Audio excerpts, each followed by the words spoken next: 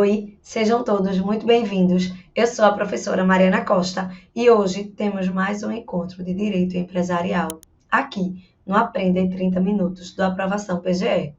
Gente, o tema hoje é Eita atrás de vixe. Direito cambiário, títulos de crédito. A matéria mais odiada do direito empresarial, quiçá de todo o ordenamento jurídico brasileiro.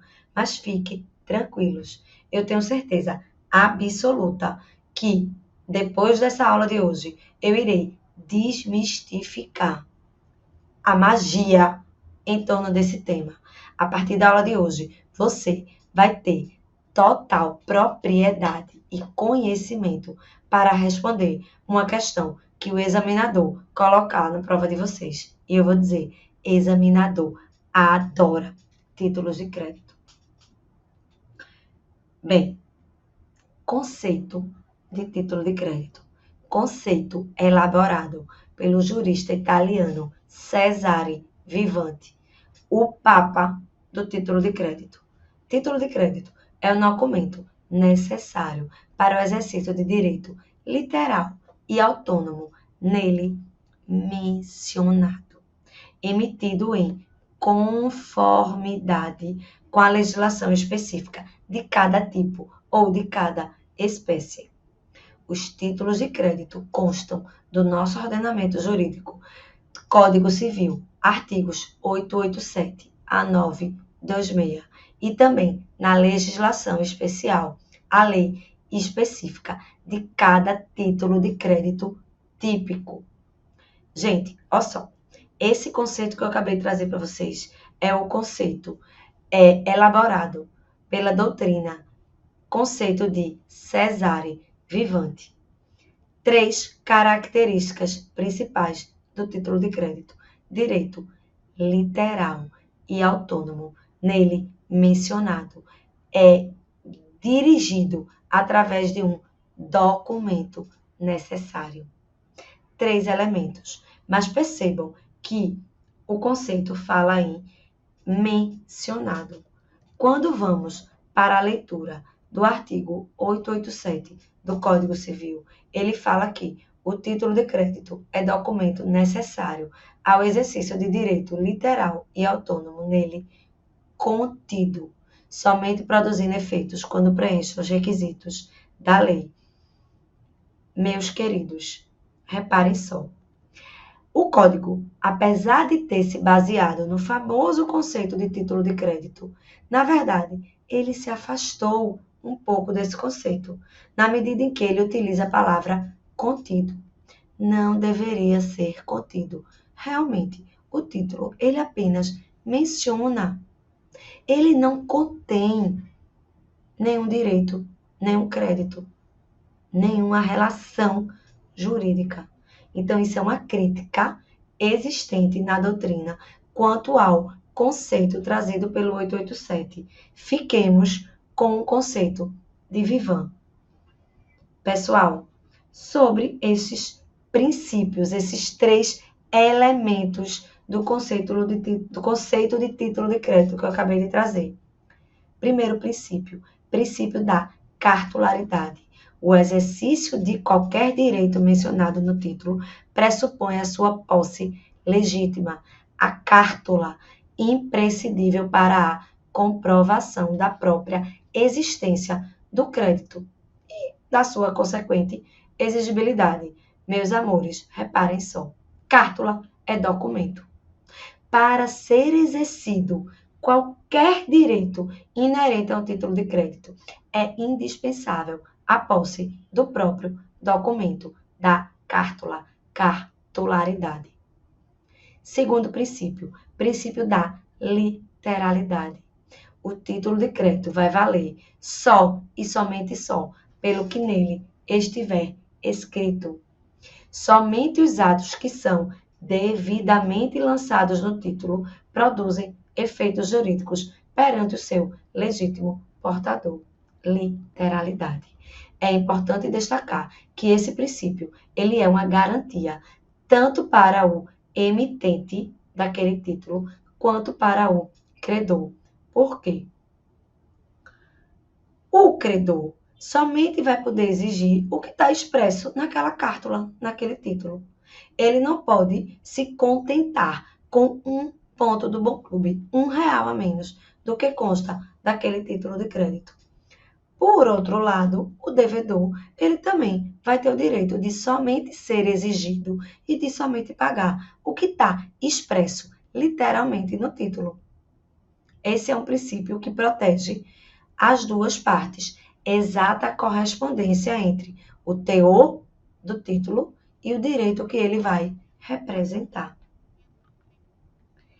Terceiro princípio, princípio da autonomia do título de crédito. O que esse princípio ele quer dizer? O título de crédito, ele é autônomo, documento constitutivo de um direito novo, autônomo, originário, totalmente desvinculado da relação que lhe deu origem. Seguinte, o título de crédito, e nós vamos ver hoje, com riqueza de detalhes, que ele pode circular, ele pode ser endossado. Eu, Mariana, vou emitir um título para João. Relação jurídica, Mariana, João. João, por algum motivo que não me diz respeito, decidiu endossar aquele título para José. A relação Mariana e João é uma autônoma. A relação de João e José é outra relação, desvinculada da minha relação. Entendido? Então, quantas vezes aquele título circule, quantas vezes vão ser criadas relações jurídicas originais, autônomas, desvinculadas entre si. Entendido, pessoal? Olha só, esse princípio da autonomia, ele na verdade eu ia dizer subdivide, mas não é. Ele dá origem a dois subprincípios. Uma parte da doutrina entende que são princípios autônomos. Eu entendo, eu corroboro da corrente doutrinária que diz que eles são subprincípios. Dois subprincípios. Subprincípio da abstração e subprincípio da inoponibilidade das exceções pessoais aos terceiros de boa-fé. Abstração. Quando aquele título circula, ele se desvincula completamente das relações que vão lhe dar origem. Certo? Acabei de explicar. Inoponibilidade das exceções pessoais ao terceiro de boa-fé é a manifestação processual do princípio da autonomia. O portador do título, quando receber aquele título por endosso, se ele pretender executar o devedor principal, ele não vai poder opor o vício, qualquer que seja, existente na relação originária, na relação, no meu exemplo, entre Mariana e João. Certo? Então, essa é a essência do título de crédito. Cartularidade, literalidade e autonomia. Pessoal, falei há pouco que os títulos de créditos constam do nosso Código Civil 887-A926. Mas atenção, olha só. Esses artigos, eles vão se referir, eles vão regulamentar os títulos de créditos atípicos. Por quê? O próprio artigo 903, ele diz que, salvo disposição diversa em leis especial, regem-se os títulos de crédito pelo disposto neste Código. Regra geral, portanto, lei especial vai reger o título de crédito. Somente vão ser aplicados os artigos constantes do Código Civil quando ou se referir à omissão da lei específica ou quando se referir a títulos de créditos atípicos. Essa foi, inclusive, a intenção do legislador, permitir a criação de títulos atípicos, que vão estar sujeitos a requisitos mínimos de validade constantes do próprio Código Civil. Entendimento predominante. Código Civil, títulos de créditos atípicos. Disposições do Código Civil sobre títulos de créditos somente vão se aplicar aos títulos típicos quando houver omissão na legislação especial. Gente, quais são os títulos típicos? 4 situações. 4 títulos. Letra de câmbio, nota promissória, duplicata aí, cheque. Tá legal? Esses são os principais e vão ser o que vamos estudar nos próximos encontros, nas próximas aulas. Gente, princípios, já falamos. Vamos então para a classificação dos títulos de crédito. Os títulos de crédito, eles vão se classificar de acordo com paradigmas determinados. Primeiro paradigma, quanto à forma de circulação.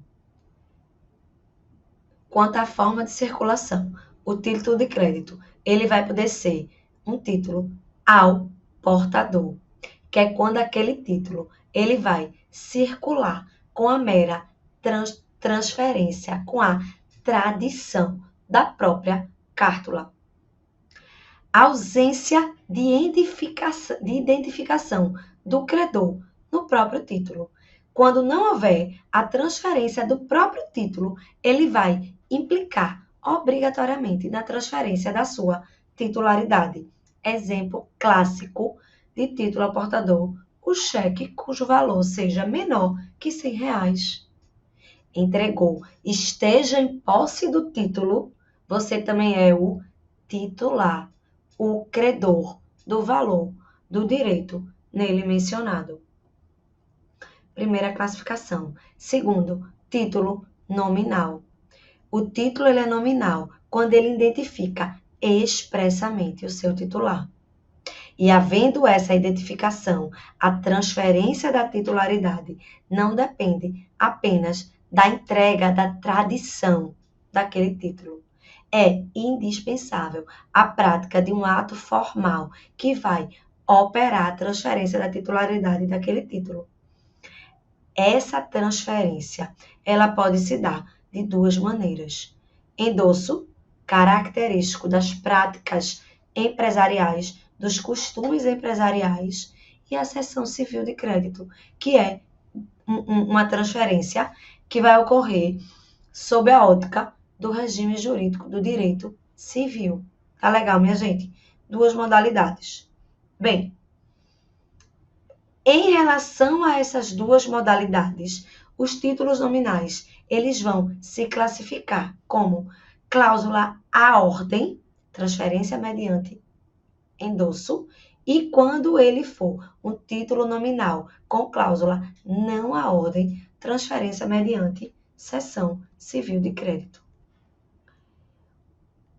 Gente, o título de crédito, ele também pode ser nominativo.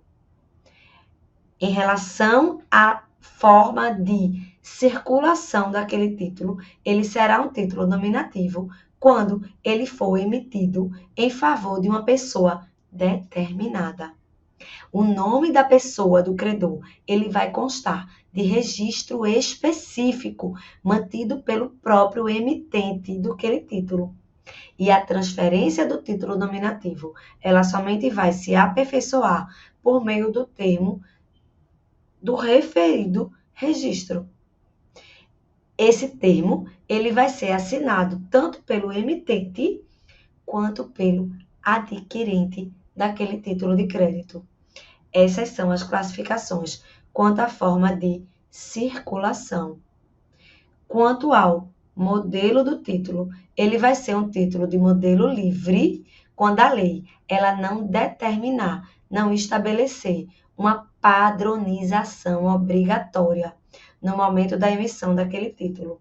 No momento que aquele título ele estiver sendo emitido, o próprio emitente, quem estiver sacando aquele título, ele vai eleger o modelo, desde que cumpra alguns requisitos, algumas cláusulas mínimas: nome, valor, data de vencimento, local, a identificação de qual título ele está se referindo. Mas não é uma rígida, um engessamento do modelo do título. Exemplos de títulos de modelo livre, letra de câmbio e nota promissória. Quanto ao modelo também, o título vai poder ser de modelo vinculado, quando, diferentemente do modelo livre, houver uma rígida padronização fixada pela legislação cambiária específica.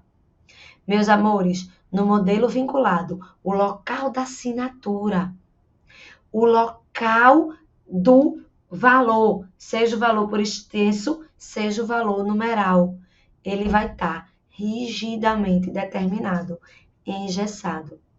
Exemplos: o cheque e a duplicata. Em relação ao cheque, temos mudança relevante na legislação.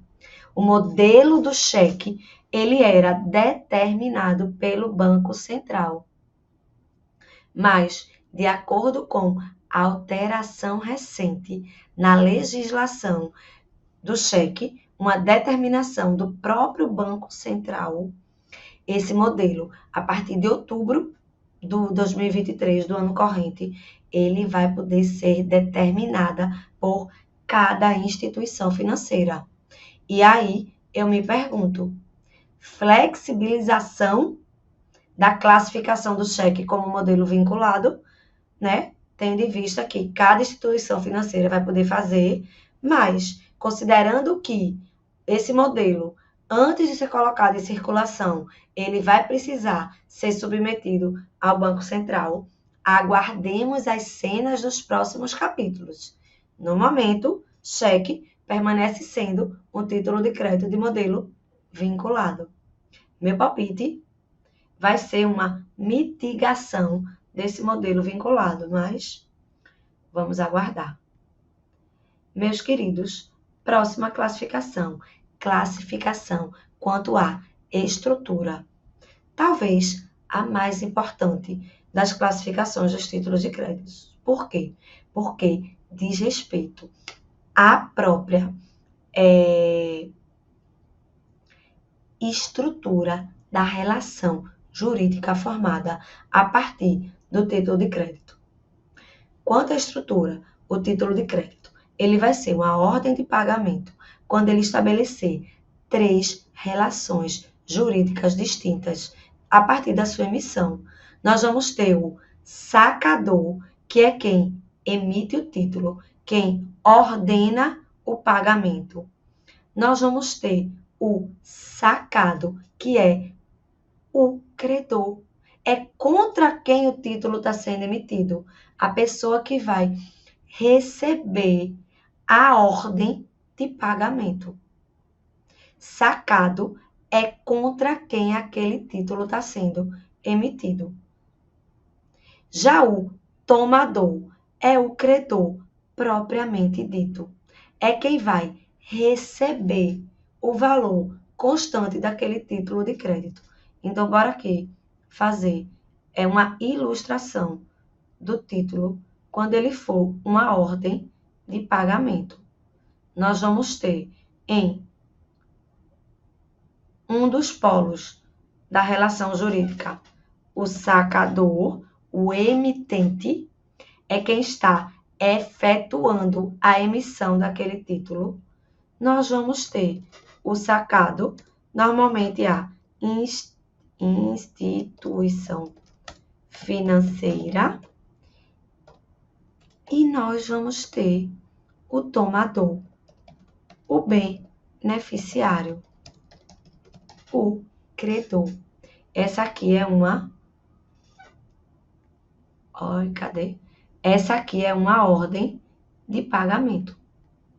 Olha só, 3 pessoas, relação triangular.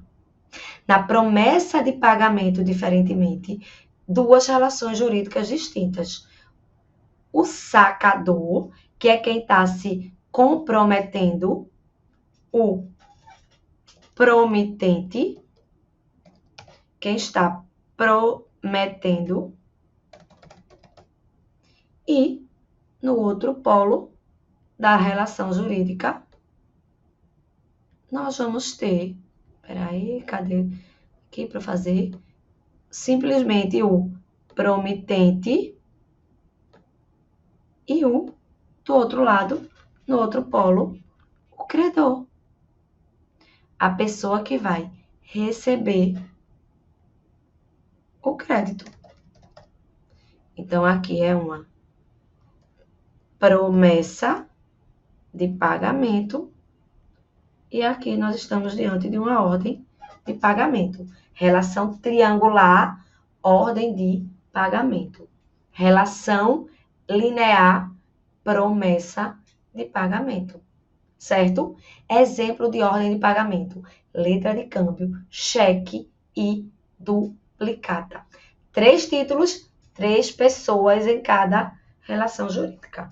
Na promessa de pagamento, uma pessoa não, né? 2 pessoas, um título. Nota promissória. Tá legal, minha gente? Última classificação quanto às hipóteses de emissão. 2 situações. Título causal somente pode ser emitido nas hipóteses restritas, hipóteses previstas na lei. Duplicata. A duplicata é um título causal. Por quê? Porque ele somente pode ser emitido em 2 situações. Compra e venda mercantil, e aí nós estaremos diante de uma duplicata mercantil, e um contrato de prestação de serviços. E aí nós vamos estar diante de uma duplicata de serviços. Já o título abstrato, título não causal, ele pode ser emitido em qualquer situação. Ele não está condicionado a nenhuma causa pré-estabelecida em lei. Exemplo, o cheque, né? Que pode ser passado em qualquer situação. Meus amores, atenção. Aqui eu estou falando do título abstrato. É diferente da abstração, do princípio da abstração, do subprincípio que nós vimos lá nos princípios do direito cambiário. A abstração é um predicado de todo e qualquer título de crédito. Independente dele ser um título causal, se puder ser emitido somente em algumas situações, ou ele puder ser emitido em qualquer situação, todo título de crédito, ele é abstrato, ele é desprendido de qualquer relação jurídica. E aqui não, nós estamos diante da situação na qual um título pode ser emitido em qualquer situação, tá? Aqui é um atributo, lá é um princípio. Tá legal, minha gente? Com isso, nós encerramos a classificação dos títulos e agora nós vamos falar dos principais institutos cambiais. Meus amores, olha só. Na maioria das questões de concurso, o assunto principal da questão, a chave para a resolução, não é o título de crédito em espécie, é o conhecimento dos principais institutos cambiais. É isso que nós vamos ver agora. Primeiro, Instituto Cambial, o saque. Gente, saque nada mais é senão o ato de criação, o momento que o título ele está nascendo, é a emissão do título de crédito. A gente fala, né, no dia a dia, nas relações da prática empresarial, o saque como o momento na qual o credor ele está recebendo, ele está sacando o valor que lhe é devido. Mas não é isso. O saque é a formalização da relação jurídica. É o momento da criação. Vocês não vão errar mais isso. Inclusive, legislador utiliza corretamente nos seus enunciados o momento do saque, a expressão, se referindo à criação. Segundo instituto, o aceite. Aceite nada mais é do que o ato formal que efetiva a obrigação do banco, do sacado, de efetuar o pagamento através da sua aceitação. o destinatário da ordem de pagamento, ao dar o aceite dele, ele torna-se o devedor principal. Sacado é quem recebe a ordem. Sacador, ó, cadê minha figura? Sacador dá a ordem. O sacado recebe a ordem. Essa é a regra do aceite. O sacado apenas se obriga ao pagamento no caso de efetuar o aceite. Esse aceite, meus amores, ele é realizado no anverso do título. Tá legal? Terceiro instituto, o endosso, ato unilateral que permite a circulação do título de crédito. Lembra que vimos a classificação do título de crédito? Título de crédito, ele pode circular quando ele se for um título à ordem, ele possui a cláusula à ordem. Esse endosso, ele vai possuir 2 efeitos jurídicos. No momento do endosso, vai haver a transferência da titularidade do título de crédito e o endossante, ele vai se tornar devedor indireto do título. Nós temos o devedor principal, o sacador, nós temos um credor, aquele credor, ele vai passar o direito dele para terceiro, mas ele vai ser o endossante, ele vai continuar sendo um devedor indireto daquele título. Regra geral, o endosso vai ser realizado no verso do título, atrás do título de crédito. Quando realizado no verso, basta a mera assinatura do endossante. Caso, entretanto, o endosso ele seja realizado no anverso, na frente do título, não há impedimento. Porém, atenção, além da assinatura do endossante, deve constar também menção expressa que se trata de um endosso.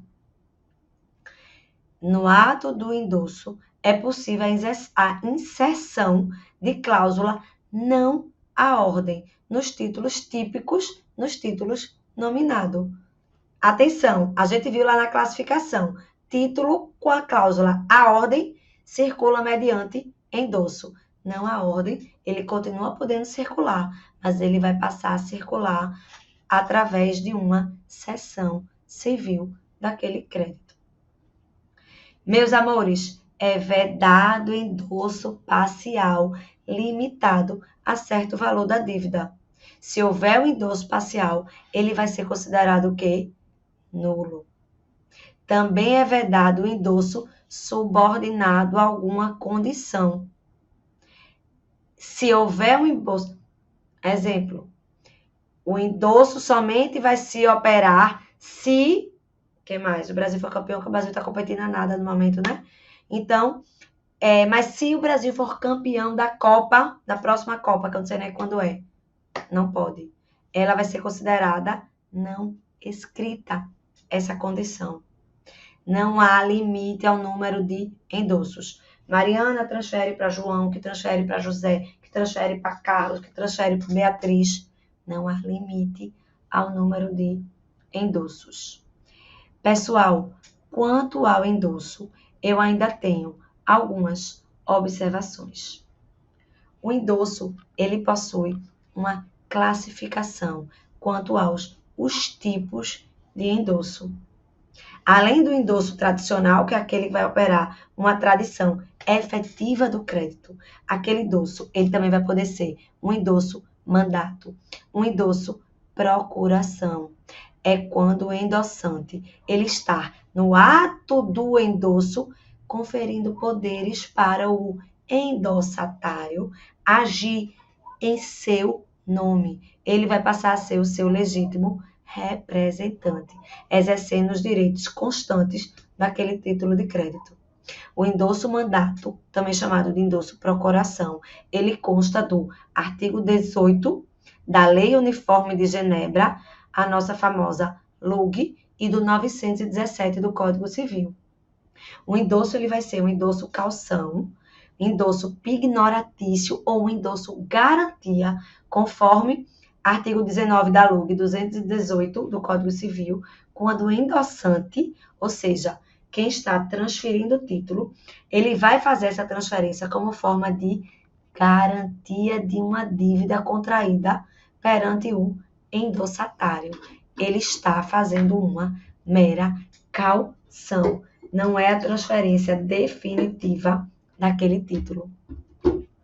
Por fim, o endosso ele vai ser póstumo ou tardio, quando o endossante ele está transferindo o título após a realização do protesto, ou seja, ele é póstumo, não é porque o endossante morreu, tá? Pelo amor de Deus, nem o endossatário. Não matemos as pessoas.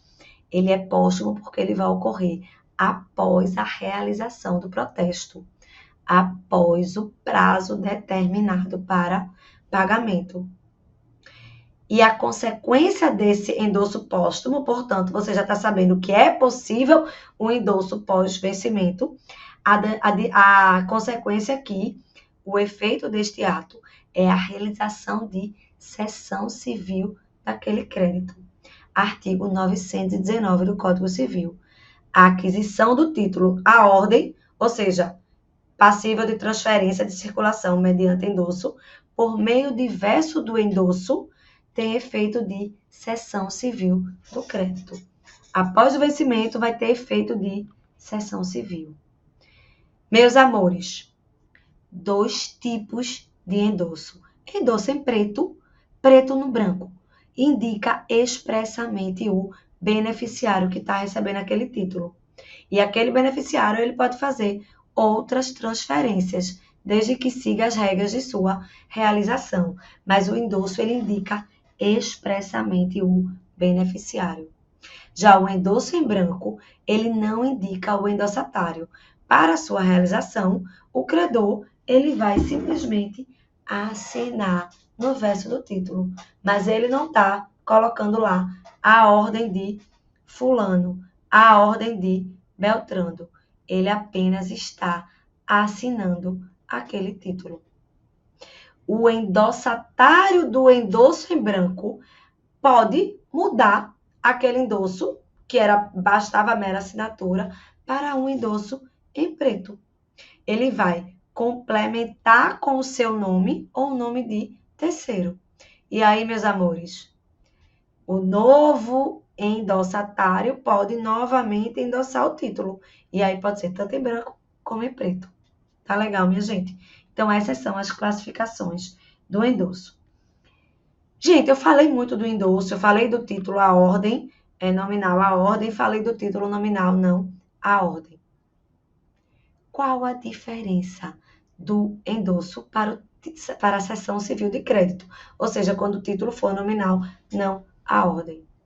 Primeira diferença, endosso, regime jurídico cambial. Cessão civil de crédito, regime jurídico civil. Endosso é ato unilateral que deve ser feito no próprio título. Em regra, no verso, bastando a mera assinatura. Já a cessão civil de crédito é um negócio jurídico bilateral. Vai ser formalizado por meio de um contrato assinado pelas duas partes no instrumento autônomo. Na cessão civil, o cedente vai responder somente pela existência do crédito. No endosso, o endossante, ele vai se responsabilizar como co-devedor. O endosso independe de comunicação ao devedor. Já a cessão civil, ela somente vai produzir efeitos quando cumprida a formalidade de comunicação. Entendido, pessoal? Gente, para terminar por hoje, aval, manifestação unilateral de vontade. E é quando uma pessoa, natural ou jurídica, totalmente estranha à relação cartolar, terceiro, assume uma obrigação cambiária autônoma e incondicional. Qual é essa obrigação? Garantir, total ou parcialmente, na data do vencimento, o pagamento do título. É quando o avalista vai lá e diz: se Mariana não pagar, pode trazer para cá, que eu vou honrar com com a palavra dela. O aval, minha gente, pode ser dado por escrito no próprio título, preferencialmente, em regra, no anverso, ou seja, na frente do título. Sendo na frente, basta a mera assinatura do avalista. Caso seja dada no verso, além da assinatura, expressa a menção que se trata de um aval. Gente, regra geral, só uma assinatura no verso é o quê? Endosso. Mera assinatura na frente, no anverso, aval. Mas o aval ele também pode ser realizado em uma folha anexa ao título, chamada de prolongamento, e vai constar lá da expressão bom para aval, ou qualquer outra expressão semelhante. Pagamento de uma letra somente pode ser, no todo ou em parte, garantido por aval. Gente, Código Civil veda expressamente aval em parte, mas a letra de câmbio, ela pode ser garantida por aval parcial. Então, título de crédito atípico, inominado, vedação total ao aval parcial. Gente, então é isso. Acabamos os institutos principais cambiários, tá? Em breve, conversaremos sobre títulos de crédito em espécie. Obrigada pela presença de todos e até o próximo encontro.